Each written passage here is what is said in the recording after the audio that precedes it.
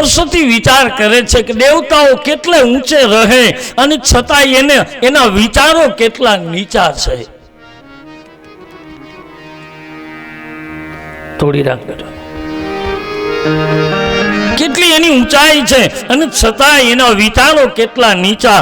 તુલસી મને તમને કહે કે બહુ ઊંચે પહોંચી ગયેલો માણસ હોય છતાં એવું ન માનવું કે એના વિચારો ઊંચા હોય. બહુ ઊંચે હોય ને એને આપણે નીચે મળદા જ દેખાય. ગીધ કેટલું ઊંચું ઉડે લો. ગીધ છે બધાથી ઊંચું ગીધ ઉડે અને આખા આકાશમાં ચક્કર મારતું હોય ગીધ. પણ એ ગીધને એમ કહે છે કે ગીધની દ્રષ્ટિ અપાર છે. બહુ દૂર સુધી ગીધ દેખે અને આકાશમાં ઉડે ને ધરતીમાં પડ્યું હોય દેખે, પણ નીચે પડેલું ગીધ સોનું ન દેખે, નીચે પડેલું મળદું જ દેખે ગીધ. એમ તુલસી કહે સમાજના અમુક લોકો જે બહુ ઊંચે ગયા છે ને એને આપણે મળદા જ દેખાય છે. પણ એ ઊંચે ગયા ને એને ખબર નથી તમે પાછા હાવ આવડા જ લાગો છો. વિમાન નીચે હોય તો કેવડું હોય, એ જ વિમાન ઉપર જાય એટલે આવડું જ લાગે. અને વિમાનમાં બેઠા હોય એમ કે અમે એક ગામ ઉપરથી નીકળ્યા એમ થયું બાકસનું ખોખું હોય એવડું ગામ હતું. એને આપણું ગામ આવડું જ દેખાય વિમાનમાં હોય ને, અને આપણને અહીંથી વિમાન આવડું. એને એમ થાય કે અમે કેટલે ઊંચે ને આ બધા નીચા જો આવડા આવડા લાગે. એને ખબર નથી તમે આવડા જ છો. મોટે ભલન થયા, ઊંચાઈ ભલન મળી. લખ્યું છે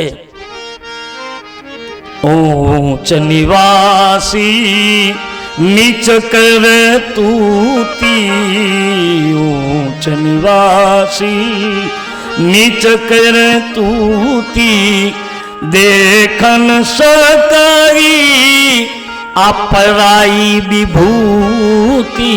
પ્રમાણ આપીને કહું છું તુલસીની ચોપાઈનો કે જે બહુ ઊંચે ગયા છે એ બીજાની સંપત્તિ, બીજાની વિભૂતિ અને બીજાને મળેલું પોતાનાથી ભલે નીચું છે છતાંય એ જોઈ નથી શકતા કે આ કાયમના માટે આપણી નીચે જ રહેવા જોઈએ. આવા સ્વભાવ ને પ્રભાવ બંને છે કે આની ઉન્નતિ ન થવી જોઈએ. અને એટલે જ મારો તુલસી ગીધને એક શબ્દ પ્રયોગ વાપરે છે. ગીધ આમિષ ભોગી. જટાયુને ગતિ આપીને ત્યારે ભગવાને કહ્યું કે આ ગીધ અભક્ષણ ખાનારો જીવ અને છતાં એને હરિનું કામ કર્યું તો મેં એને ખોળામાં લીધો, પણ છે અભક્ષ ખાનારો. ઊંચાઈ ઘણી છે પણ જેનું તેનું જેવું તેવું ખાનારો માણસ છે. બાપ પ્રભુની કૃપાથી પદ પ્રતિષ્ઠા અને ઊંચાઈ મળે તો નાનો માણસ ન દેખાય એવી દ્રષ્ટિ ન રહે એવી પ્રભુને પ્રાર્થના કરીએ. ભલે મને પદવી મળી પણ એ હરી મને કોઈ નાનો ન દેખાય. હું કોઈથી છૂત અછૂતતાનો ભેદ ન રાખું. ઊંચ નિવાસી નીચ કરે તૂતી, દેખી ન સકાઈ પરાઈ વિભૂતિ. બારે બાર ગઈ ચરણ સંકોચી, ચલી વિચારી વિબુધ મતિ પોચી. પારકી સમૃદ્ધિ એ દેવતાઓ તમે જોઈ નથી શકતા કે આ અયોધ્યાનું સુખ આખી અયોધ્યા નાચે અને આમાં મારે એક રાતમાં રામને કાલ વનમાં મોકલી દેવા. સરસ્વતી પણ પાછી હટી ગઈ.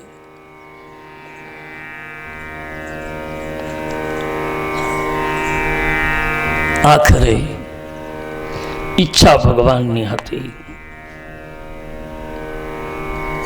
ખુશી દે જે જમાના નહીં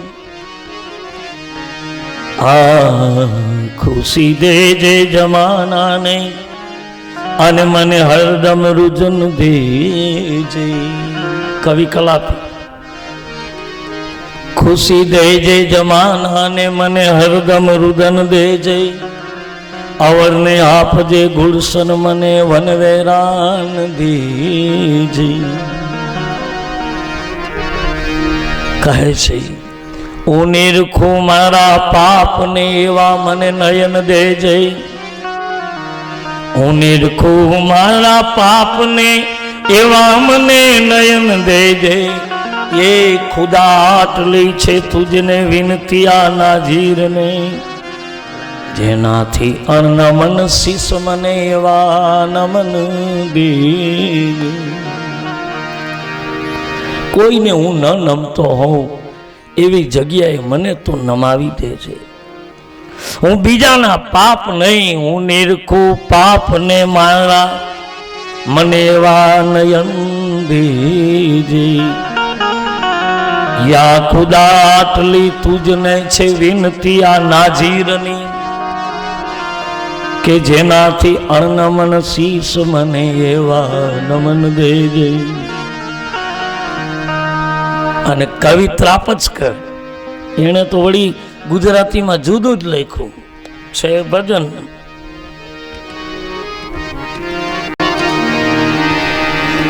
સુકર્ણ આડ પાડોશી નાન બાળને મુખે કાંક.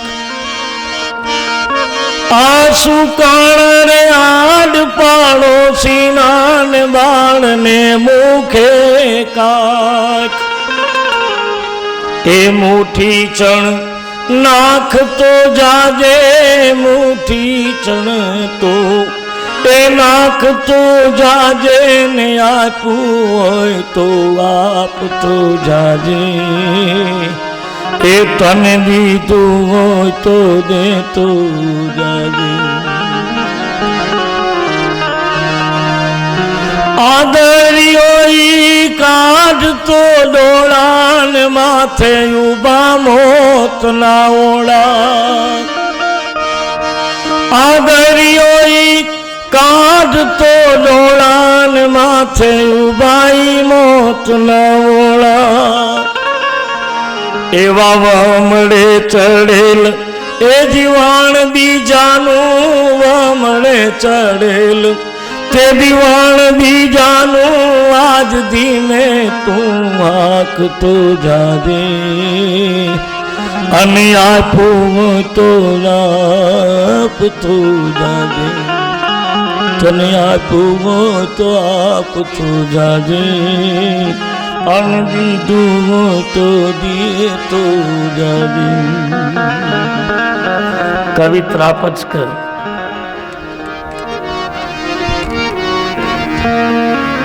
આવા વિચારો સરસ્વતીને ક્ષણ માટે આવ્યા કે હું કોઈના દીપમાળા એને પ્રગટાવી છે ને એની દીપમાળામાં દિવેલ ન પૂરી શકું તો કાંઈ નહીં, પણ કોઈની દીપમાળા બુજાવવાનો મારો અધિકાર નથી.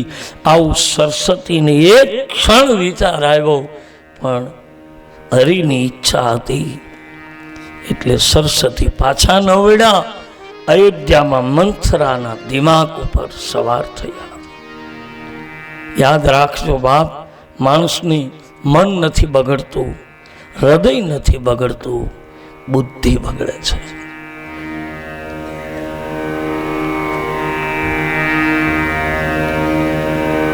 બુદ્ધિ વિપરીત થઈ મંથરાની, અને એ જ મંથરાને થયેલી દીપમાળાઓ ઝાંખી લાગી સીધી કૈકેયી મહારાણી પાસે આવે છે.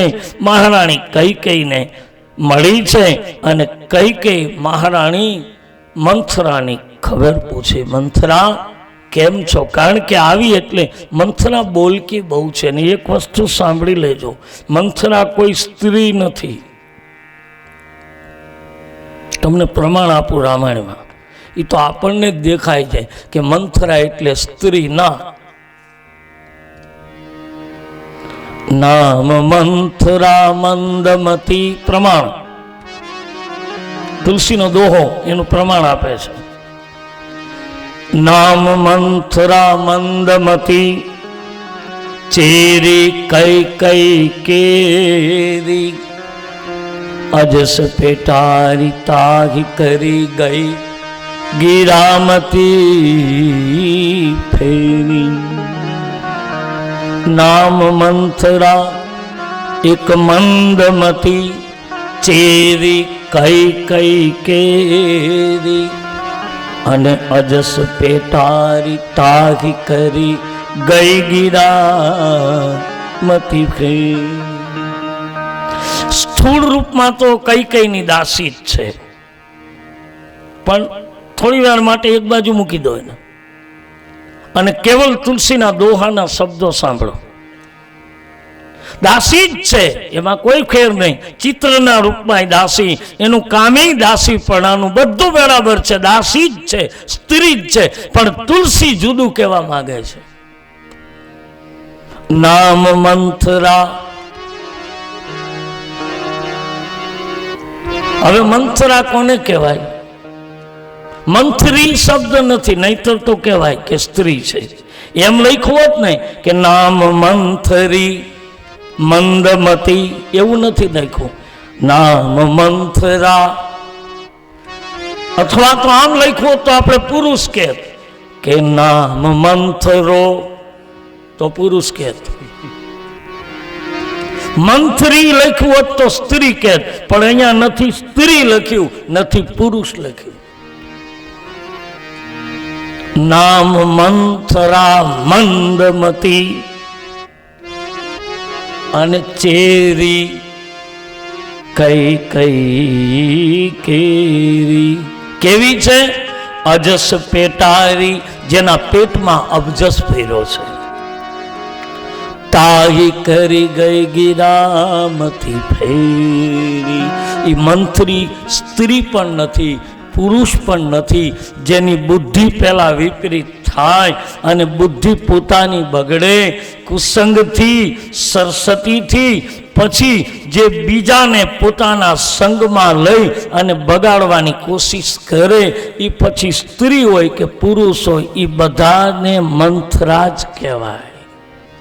એટલે મંથરી ન કહ્યું, મંથરો ન કહ્યું. જેટલા આવું કામ કરે બધા મંથરાના ટોળા ટોળા ફરે છે.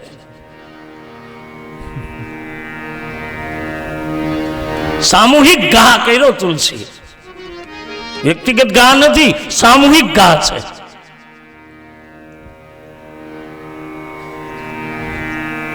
પણ અહીં તુલસીએ કથાના રૂપમાં તો એમ જ કહ્યું છે કે દાસી છે કઈ કઈ.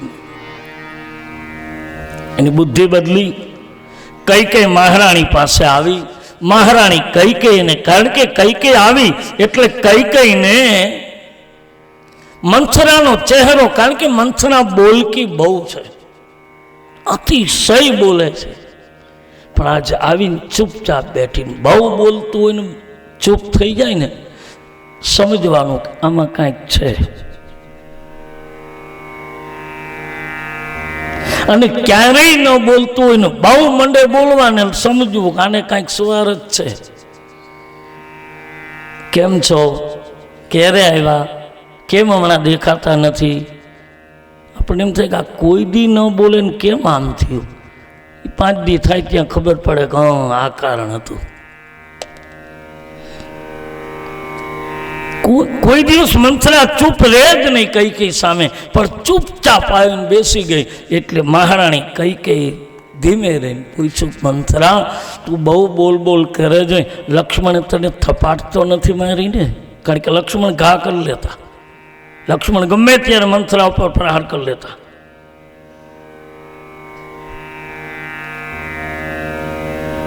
લક્ષ્મણે તને તને તને થપાટતો નથી મારીને? મંથરી તું ચૂપ કેમ છો?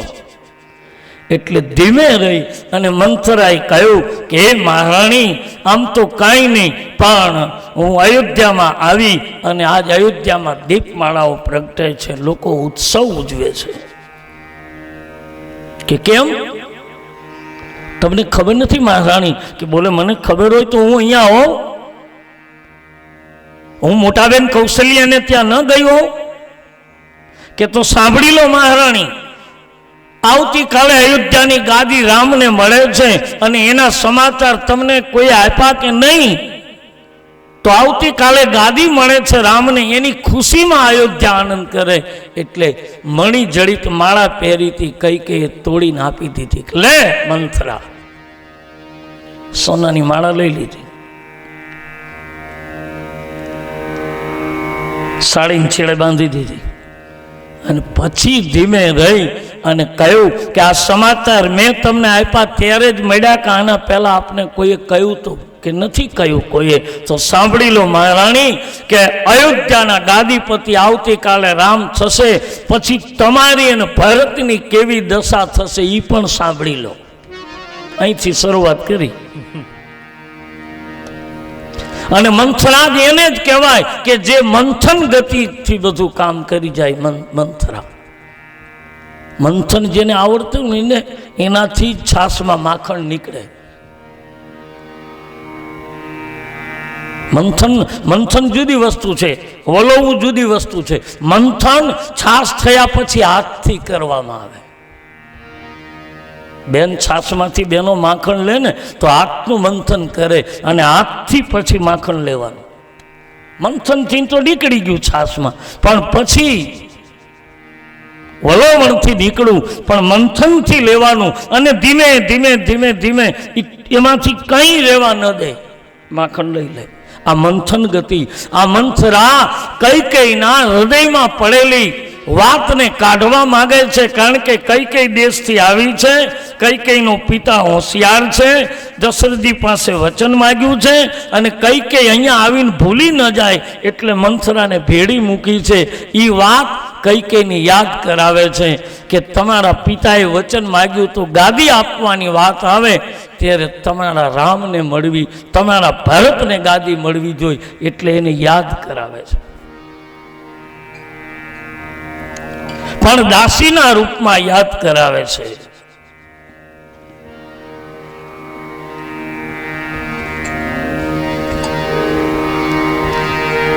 અને રામાયણમાં બે પાત્રો હજી જીવે છે. એ રામાયણના જ બે પાત્રો છે, એક મંથરા અને બીજી શૂર્પણખા. હજી આજે છે. રાવણની બેન, એ બંને ભાઈ બહેને નક્કી કર્યું હતું હું સીતાને ઉઠાઈ આવું, તું રામને પરણી આવ.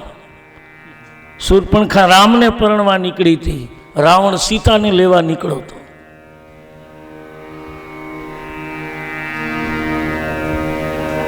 એકને રામરૂપી સત્યને કેન્દ્રિત કરવા છે પોતાની લંકામાં.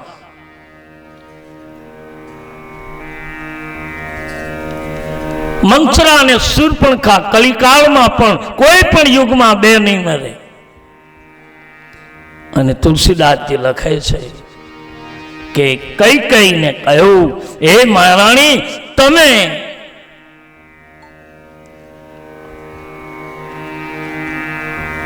આવતીકાલની ગાદી અયોધ્યાની રામને મળશે, પછી તમને તમારા ભરતને જેલ હવાલે કરવામાં આવશે. મંથરા, આ મહારાણી. અને તુલસીદાસજી લખે છે અહીંયા માણસની 3 પ્રકારની બુદ્ધિ કામ કરે છે. મંદમતી, મતિ, સુમતિ અને કુમતિ. 3 પ્રકારની બુદ્ધિથી માણસ આ સંસારમાં જીવે છે.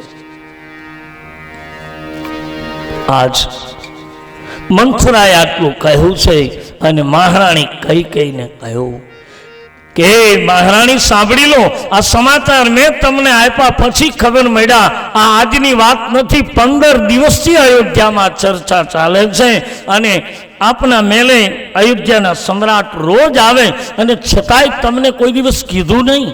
તમારી સેવા સ્વીકારે છે અને ક્યારેય તમને અયોધ્યાના સમ્રાટે કહ્યું નહીં. સાંભળી લો મહારાણી, મહારાજ દશરથજી પણ મોઢાના મીઠા છે ને મનના મેલા છે. ક્યાં અયોધ્યાનો સમ્રાટ, ક્યાં ગૌ પ્રતિપાલ, ક્યાં બ્રહ્મનો બાપ પણ બુદ્ધિ બદલે છે ત્યારે આપણે સગા બાપને ગમે તેમ બોલતા અચકાતા નથી. જન્મ આપનારી જનેતાને ગમે તેમ બેફામ બોલતા આપણે અચકાતા નથી. બુદ્ધિ બદલી છે.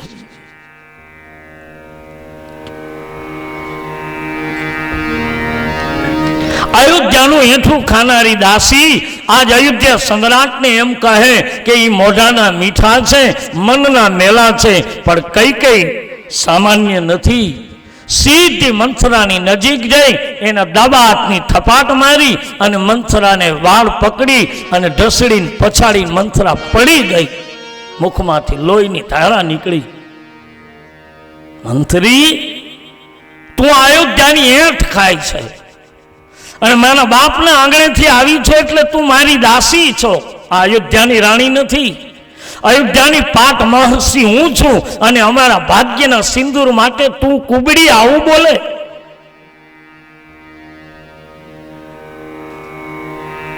પડી ગઈ મંથરા.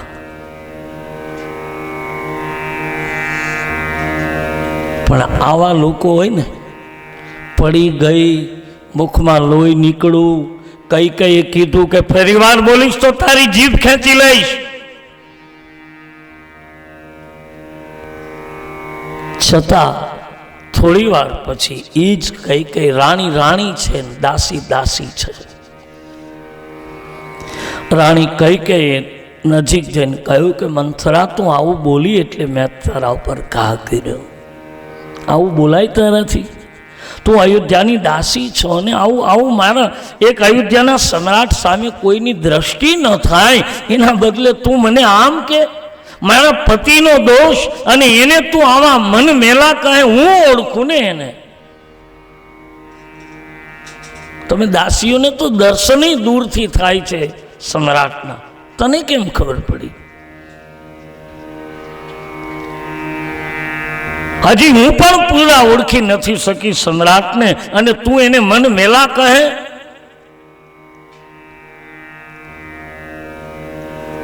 મંથરાએ કહ્યું કે હશે મહારાણી, એટલા માટે જ હું બોલી કે હવે હું નહીં બોલું, કારણ કે તમે મને કુબડી કીધી, ગરફોડી કીધી, કુડંગી કીધી, તારી જીભ ખેંચી લઈશ, આવો તમે મને ઠપકો આપ્યો.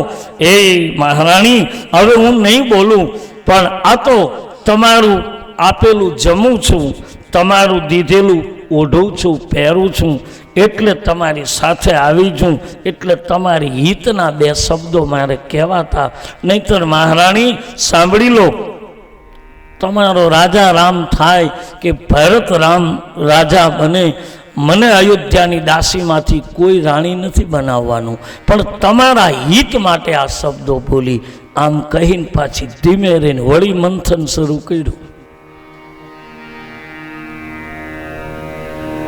નહીં તો થપાટ માર્યા પછી નીકળી જવું જોઈએ, પણ પાછો કેળો ન મૂક્યો. નથી લાગતું દુનિયામાં આવું મંથન કરનારા આજે છે? આપણી ઘીરે જ આવે, આપણા સોફા ઉપર બેસે, આપણી ચાય પીએ, આપણી કોફી પીવે, આપણી બજર લે, આપણી બીડી પીવે અને પાછી આપણી જ બેઠા બેઠા કરતા હોય કે આ તો હવે તમે કયો તમારે ત્યાં આવ્યા છે એટલે હવે તમને કહેવાય નહીં, બાકી તમારા વેવાય જે હમણાં તમે કર્યા ને એમાં